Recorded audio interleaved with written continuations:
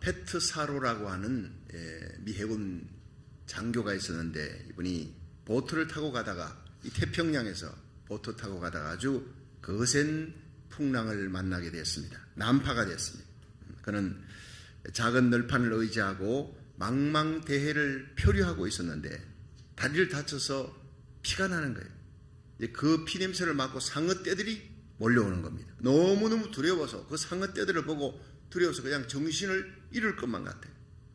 그때 이 페트사로의 머릿속에 어릴 때 유년주일학교 다닐 때 그 교회당의 벽에 예수님 사진이 걸려있는 걸 보았습니다. 그것이 문득 떠올랐습니다. 그 사진은 풍랑 위를 걸어오는 예수님의 사진이었어요.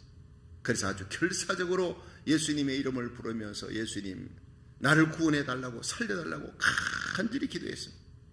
그런데 놀라운 일이 벌어졌습니다. 그의 눈에 분명히 초상화에 걸려있던 예수님과 똑같은 모습으로 그 태평양 바다 위를 자기 쪽을 향해 두 팔을 벌리고 예수님이 걸어오고 있는 걸 보인 거예요. 그래서 필사적으로 그는 널판지를 팽개쳐버리고 예수님을 향해 막 그냥 헤엄을 치기 시작했어요. 더 놀라운 일은 그가 예수님을 향해 헤엄을 치는데 그 상어떼들이 길을 쫙 비켜주는, 예수님께로 가는 길을 열어주더라는 거예요. 근데 믿기 어려운 일은요, 수평선 저 너머에 미국 군함이 하나가 나타났어요. 그렇게 기다리던 군함이 배가 나타나지 않은, 널판을 붙들고 있을 때 나타나지 않았는데 예수님이 걸어오는 환상을 보고 막 결사적으로 그쪽으로 헤엄을 쳐서 갈 때 미국 군함이 나타났어요. 망대에서 거기서 수병이 망을 보고 있다가 뭔가 물이 튀는 걸 보았어요. 이상하다 해가지고는 망원경으로 보니까 그게 사람 헤엄을 치는 거예요. 아, 이거 사람이 아마 군인일 가능성이 많다. 그래서 전환당한 병사가 저기 있구나 하고는 그냥 아주 전속력으로서 군함을 그쪽으로 몰아가지고 구원했다는 얘기예요. 그 후에 이 페트사로는 예수님께 헌신했습니다. 죽을 수밖에 없는 절망적인 상황, 기가 막힌 환란에서 자기가 기도할 때 응답해 주시는 그 하나님을 세계 곳곳마다 전도자가 되어서 살아계신 예수님을 간증했다. 할렐루야. 여러분, 시편 50편 15절에 환난 날에 나를 부르라. 내가 너를 건지리니 네가 나를 영화롭게 하리라. 우리 인생에 위기 때가 있습니다. 평탄할 때가 있나 하면 위기의 때, 절박한 때, 죽게 되었을 때 하나님을 부르라는 거예요. 하나님 건져주신다는 거예요. 하나님의 영광을 위하여 내가 나를 영화롭게 하리라. 역대하 16장 9절에 여호와의 눈은 온 땅을 두루 감찰하사 전심으로 자기를 찾는 자, 전심으로 자기를 향하는 자에게 능력을 베풀어 주시느니라, 기적을 베풀어 주시느니라 믿으시길 바랍니다. 여러분, 우리가 어떤 절망적인 상황에서도 전심으로 하나님을 찾으면 주님이 손을 벌려줍니다. 구해주십니다. 그리고 우리로 하여금 우리 입에 하나님을 찬송할 수 있는 입을 두게 하시는 거예요. 예수님을 인생의 목자로 삼고 살아가는 우리의 인생에 힘들고 어려운 고난의 때가 있습니다. 하나님께서는 어떤 때에 우리의 입에 찬송을 두게 하시는지 오늘 본문 이사야 26장을 통해서 함께 은혜 받는 시간 되기를 주의 이름으로 축원합니다. 첫째로, 구원하시는 날에, 그날에 하나님을 찬송하게 됩니다. 자, 우리 이사야 26장 1절 2절을 한번 같이 읽어보겠습니다. 시작. 그날에 유다 땅에서 이 노래를 부르리라. 우리에게 견고한 성읍이 있으며 여호와께서 구원으로 성과 각을 삼으시리로다. 너희는 문들을 열고 신을 지키는 의로운 나라로 들어오게 할지어다. 아멘.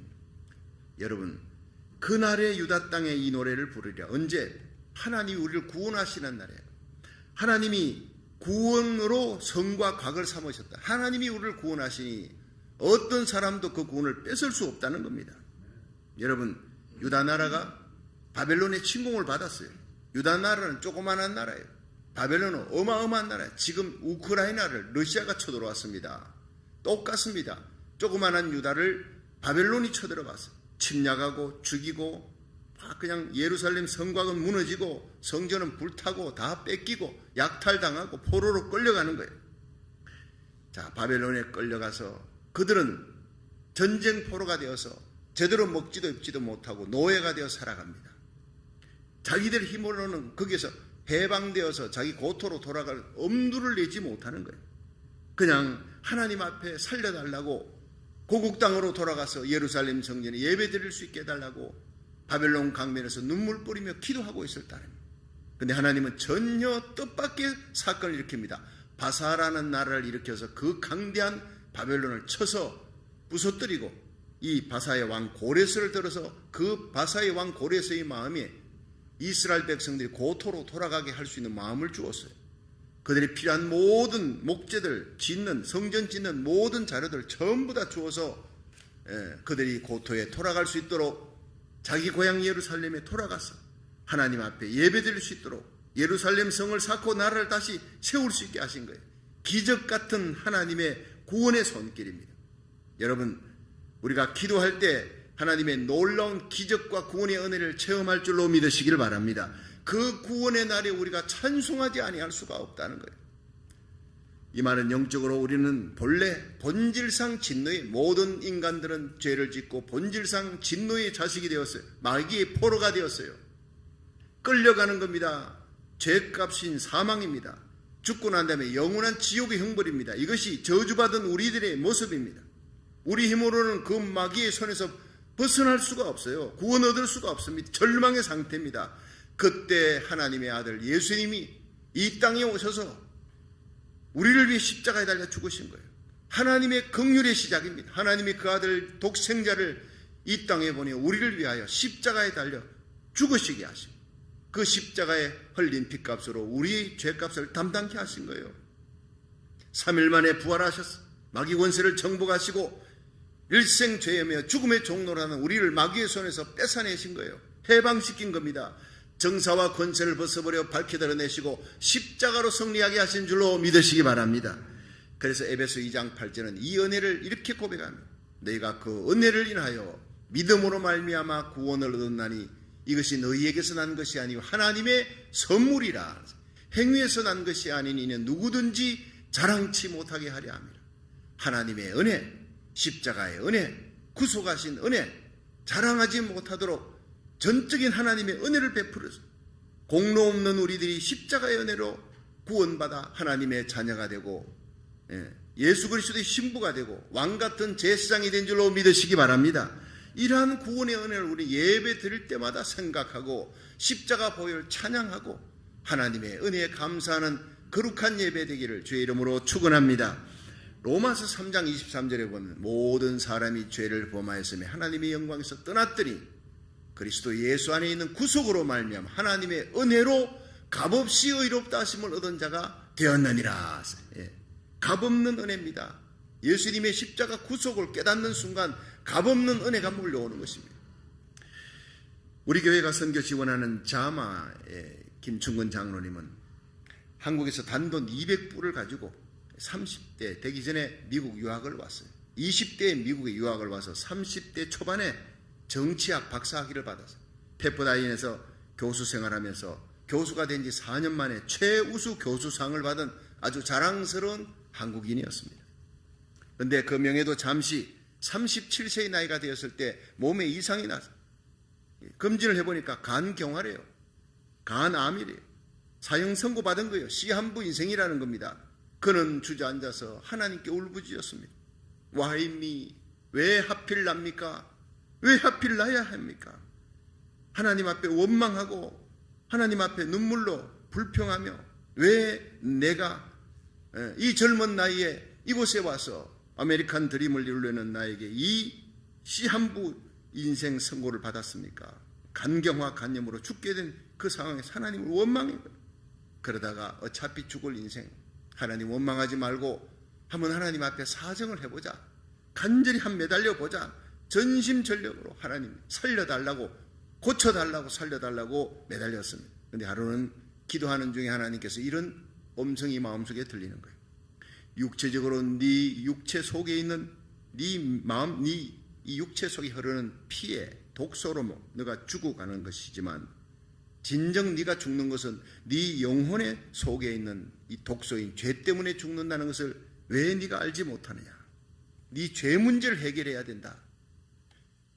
자, 그러자 자기 눈앞에 자기가 어릴 때부터 태어나서 지었던 모든 죄가 쫙 그냥 파노라마처럼 펼쳐지는 거예요. 하나님 앞에 엎드렸어요.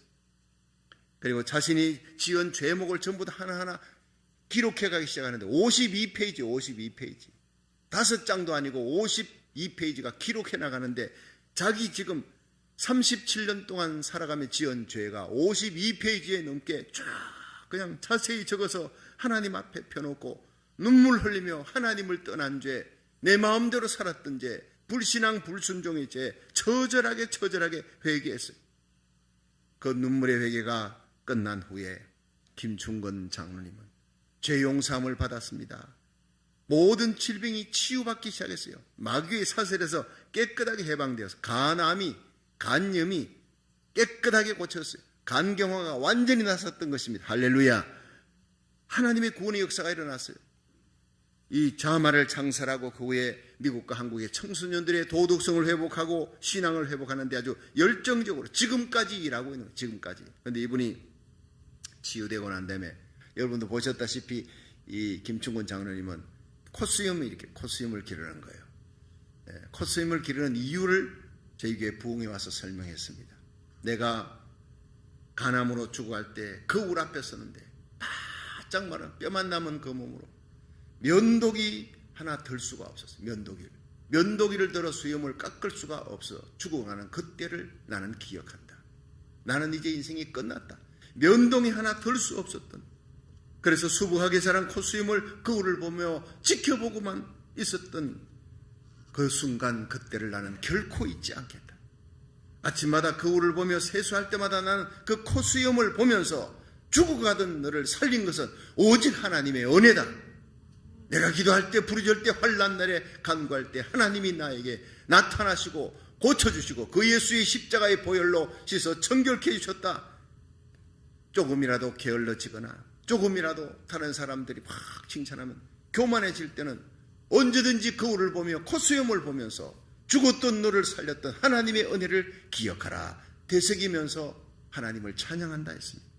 여러분, 우리는 그 날을 기억해야 됩니다. 저와 여러분이 예수님을 만난 날, 그 십자가 보혈의 피로 구속함을 받은 날, 지옥 가는 끌려가는 마귀에게 끌려가는 우리를 흑암의 권세에서 하나님의 사랑의 아들의 나라로 옮겨진 그 구원의 날, 죄와 허물로 죽었던 나를 살렸던 그날, 예수님의 십자가로 자유케 된 그날을 여러분 기억하고 예배 때마다 이 놀라운 하나님의 구원의 은혜를 찬양하는 저와 여러분이 되기를 주의 이름으로 축원합니다. 그러면 모든 불평과 원망은 사라지게 됩니다. 걱정과 염려도 사라지게 됩니다. 감사와 기쁨이 쓰나미처럼 몰려오게 됩니다.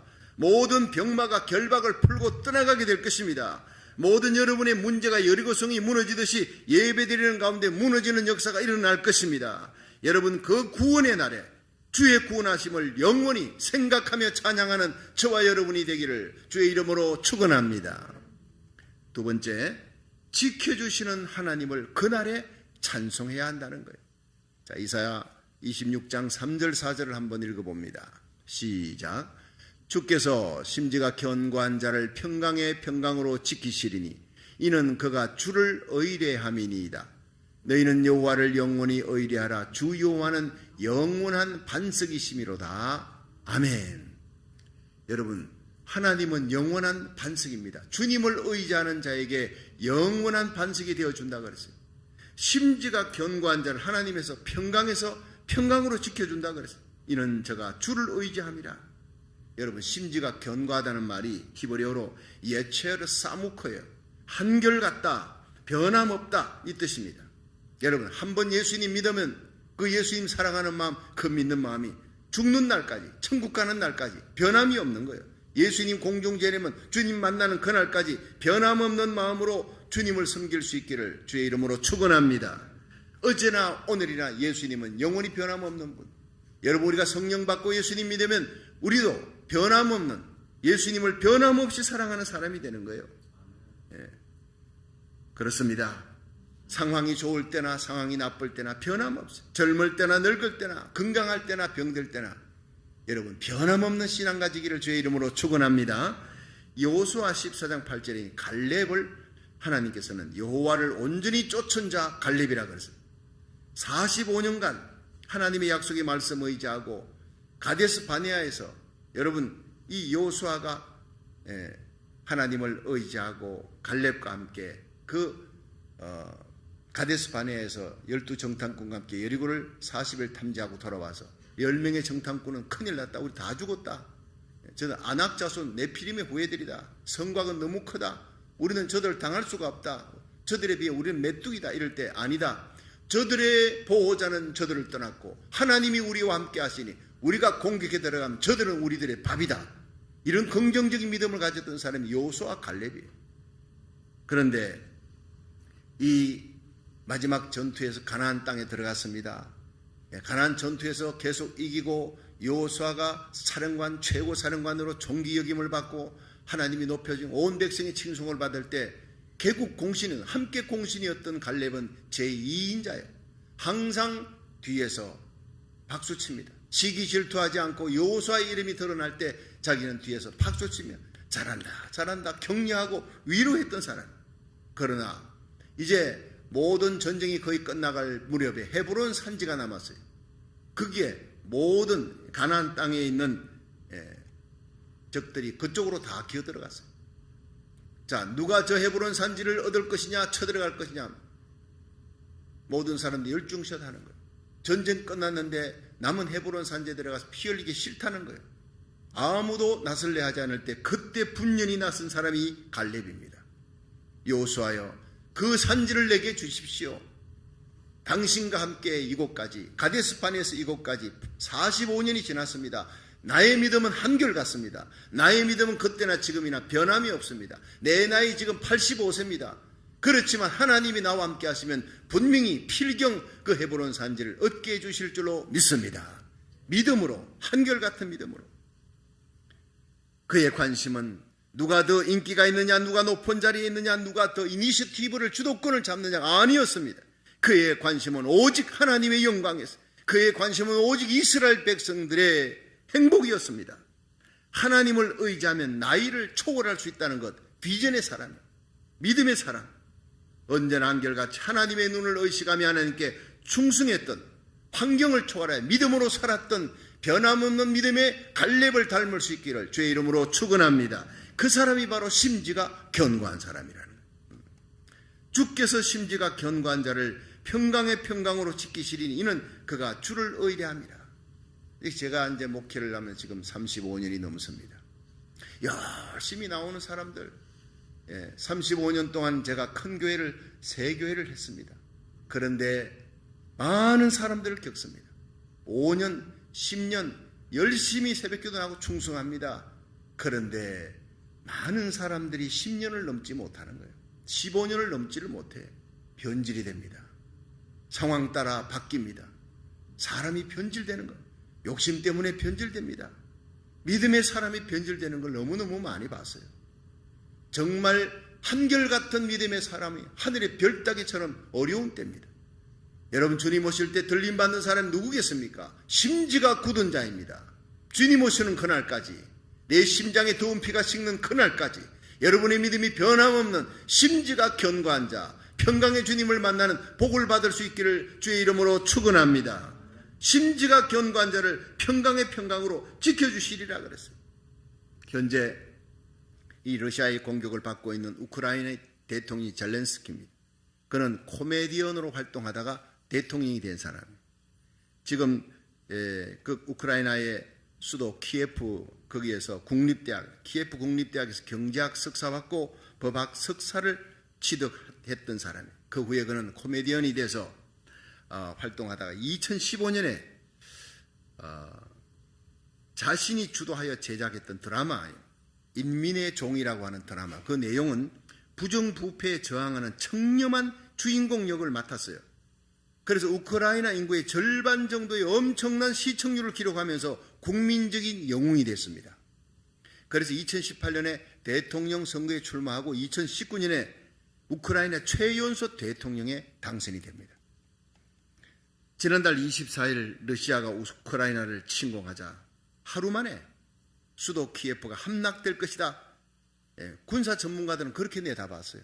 그 강대한 러시아가 쳐들어왔는데 어떻게 그 가난한 우크라이나가 이길 수 있느냐. 군사력도 비교가 되지 않습니다. 전 세계 사람들이 이제 우크라이나 끝났다고 생각했습니다. 하루 만에 끝날 줄 알았습니다. 그래서 미국은 젤렌스키 대통령에게 미국으로 망명하라. 거기 있으면 죽는다. 암살당한다. 죽는다. 그러나 젤렌스키 대통령은 내게 필요한 것은 피난할 성용차가 아니라 이 나라를 지키고 러시아와 맞서 싸울 총탄을 내게 달라. 탄약을 내게 달라. 이 한마디가, 이 결사항전할 것을 선포하는 이 한마디에 전 세계인들이 감동을 했습니다. 우크라이나 국민 13만 명이 자원 입대했습니다. 군대의 사기가 하늘을 찌릅니다. 국경을 넘어 피난 갔던 사람들이 다시 돌아옵니다. 총을 들고 러시아 군대와 맞서 싸우기 시작합니다. 전 세계에 흩어졌던 우리 우크라이나의 젊은이들이 나라 지키겠다고 속속들이 귀국하기 시작했습니다. 정말 놀라운 일이 벌어진 겁니다. 2차 세계대전 후 처음으로 독일은 우크라이나에 무기를 지원하겠다고 나섰고, 폴란드는 군대를 파병하고 중립국이었던 스위스와 스웨덴까지도 무기를 지원하며 나섰습니다. 미국과 전 세계는 경제 제재에 들어갔고 EU와 세계 41개국에서 무기 지원, 군대 지원, 그렇게 기가 막힌 지원이 시작되면서 유엔이 대러시아 제재에 들어갔어요. 미국도 마침내 흑해 동북쪽에, 이건 어제 있었던 일입니다. 흑해 동북쪽에 해리 트루먼 항공모함을 지금 급파했습니다. 상황은 모든 것이 달라지기 시작했습니다. 전쟁 11일째 지나면서 우크라이나 곳곳에 우크라이나가 러시아를 이기는 성전의 소식들이 계속 들립니다. 전세가 역전되어지고 있습니다. 이 많은 이유들 중에 그것은 무엇보다 젤렌스키 대통령이 죽음을 각오하고 나라를 지키고자 하는 결사항전의 태도 때문이었습니다. 한국도 이번 대통령 선거에서 이런 대통령이 세워지도록 기도하시기를 주의 이름으로 축원합니다. 하나님 의지하고 백성과 함께 죽겠다는 각오를 가져야 돼요. 그렇습니다. 하나님은 오늘도 이런 심지가 견고한 자를 찾습니다. 어떤 상황에서도 정의를 지키기 위해 흔들리지 않는 사람, 가정이나 직장이나 교회나 나라나 마찬가지입니다. 어떤 지도자도 정의를 지키기 위해 흔들리지 않는 사람을 하나님이 도와주시고 붙들어주시고 지켜주시고 하나님이 그 사람을 건져주시는 역사, 그 가정을, 그 나라를 지켜주시는 역사가 일어날 줄로 믿으시기 바랍니다. 어떤 어려운 상황에서도 믿음 지켜나가는 변함없는 믿음의 사람을 하나님 오늘도 찾고 있습니다. 심지가 견고한 자에게 하나님은 반석이 되어 주시리라. 심지가 견고한 자를 하나님이 존귀케 해주시리라 믿으시길 바랍니다. 여러분, 우리와 우리 자녀들이 이 시대의 요수아가 되고, 우리와 우리 자녀들이 이 시대의 갈렙이 되고 요셉이 되고 다니엘처럼 한결같은 믿음으로 환경을 이겨나가면서 심지가 견고한 자가 되어 평강의 복을 받고 주 앞에 존귀한 자가 되기를 주의 이름으로 축원합니다. 마지막 세 번째, 길을 열어주시는 하나님을 그날에 찬송해야 한다는 거예요. 이사야 26장 5절부터 7절까지 한번 읽어봅니다. 시작. 높은 데에 거하는 자를 낮추시며 솟은성을 헐어 땅에 엎으시되 진토에 미치게 하셨도다. 발이 그것을 밟으리니 곧 빈궁한 자의 발과 공핍한 자의 걸음이리로다. 의인의 길은 정직하며 정직하신 주께서 의인의 첩경을 평탄케 하시도다. 아멘. 자, 여러분, 여기에서 하나님은 자신의 힘만 믿고 이스라엘 유대를 쳐들어오는 이 바벨론, 교만한 바벨론을 온 세계 가운데 낮추겠다니, 높은 데 거하는 자를 낮추시며 거대한 나라를, 짓밟은 나라, 약탈하는 나라 바벨론을 낮추시리라. 그리고 높이 솟은 성을 진토에 떨어뜨리게 하겠다. 하나님은 교만한 자를 대적하며 겸손하게 엎드려 눈물로 애통하게 하나님께 간구하는 자, 불쌍히 계시고 하나님이 은혜를 베푸시고 건져주시고 지켜주시는 하나님 믿으시기를 바랍니다. 그 말씀이에요. 며칠 전에 우크라이나에서 보내온 그리스도인의 사진 한 장이 저를 울렸습니다. 제 가슴을 울렸습니다. 눈 덮인 들판에서, 우크라이나의 눈 덮인 들판에서 애절하게 기도하는 우크라이나의 그리스도인들의 모습이었습니다. 그래서 제가 여러분에게 교회 공지방에 그 사진을 올렸습니다. 그리고 기도문이 거기에 나왔습니다. 그 사진 아래 이런 기도문입니다. 주여, 러시아의 무력 침공으로 인해 풍전등화와 같은 위기에 놓인 우크라이나를 건져주시옵소서. 주여, 대국인 러시아가 작은 나라, 힘없는 나라 우크라이나를 최첨단 무기로 나라와 국민의 생활터전을 초토화시키고 있습니다. 주여, 전쟁으로 이 나라를 정복하여 속국으로 만들어 지배하고자 하는 악한 야심에서 벗어나게 하시고, 전쟁으로 인해 더 이상 인명과 살상과 파괴 없이 곧바로 전쟁을 멈추게 하시고 진정한 평화가 깃드는 날이 하루속히 올 수 있도록 도와주시옵소서. 주여, 주께서 우크라이나 교인들 그들의 애절한 눈물의 기도를 보시고 더 이상 파괴되지 않도록 악의 무리에게서 이 나라를 지켜주옵소서. 예수 그리스도 이름으로 기도하옵나이다. 아멘. 그렇게 기록되었어요. 그거를 읽으면서 두 번, 세 번 읽으면서 그렇게 눈물이 나더라고요. 우리 한국의 6.25 전쟁이 생각났어요. 수십만의 피난들, 그 눈밭에서 피난하던 우리 민족이 생각이 났어요. 하나님 앞에 기도하던 그 기도로 말미암아 하나님께서 살려주었던 세계 경제 대국이 되게 해줬던 우리 민족이 생각이 났어요. 그렇습니다. 하나님은 전쟁의 포화 속에서 나라 살리기 위해 눈밭에 엎드려 눈물로 기도하는 우크라이나 성도들의 애절한 기도, 애통하는 기도를 들으시고 전 세계 그리스도인들이 우크라이나를 향해 눈물로 겸비하면서 부르짖는 기도, 우리도 나라 살리기 1000번째 우크라이나를 위해 금요 심야 기도에 우크라이나를 위해 기도하기 위해 모였습니다. 그리고 헌금했습니다. 5,000불에 가까운 헌금을 보냈습니다. 즉시 보내어 그들을 도울 수 있도록. 교만한 바벨론을 낮추시듯 높이 소선성을 진토에 엎드리게 하셨습니다. 얼마나 기가 막힌 얘기입니까? 교만한 러시아를 하나님 낮추시고 우크라이나를 짓밟는 이 러시아 탱크가요, 키예프를 향해서 오는 64km의 그 수천 러시아 탱크가 지금 멈췄다는 거예요. 뭐 때문에 멈춘지 아십니까? 가스가 떨어졌어요. 기름이 떨어져서. 이런 일이 세상에 어디 있습니까? 그보다 더 무서운 것은요, 진흙의 늪밭에 그들이 빠져버린 거예요. 여러분, 이것은 나폴레옹과 히틀러도 두려웠던 라스푸티차라고 하는 진흙의 늪지대입니다. 갑작스럽게 생긴 겁니다. 러시아, 우크라이나 그쪽에는요, 눈이 오고 난 다음에 눈이 녹으면 그 땅이 진흙의 늪지대가 되어버린 거예요. 그것은 3월 말에 일어나는 거예요. 3월 말에. 이것이 원래 기상이변으로 3월 초에 지금 일어났다는 겁니다. 3월 말에 일어날 것이 아니라 3월 초에 우리의 기도 때문에 하나님이 역사하신 거예요. 진흙의 늪지대에 장갑차가 빠져버렸어요. 갈 수가 없어요.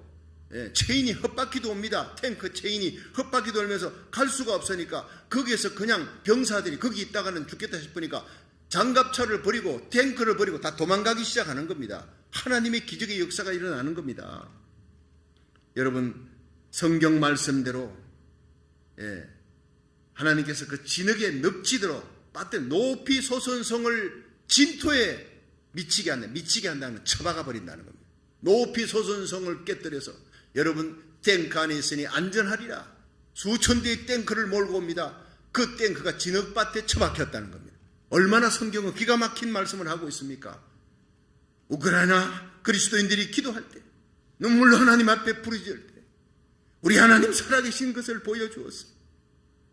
여러분,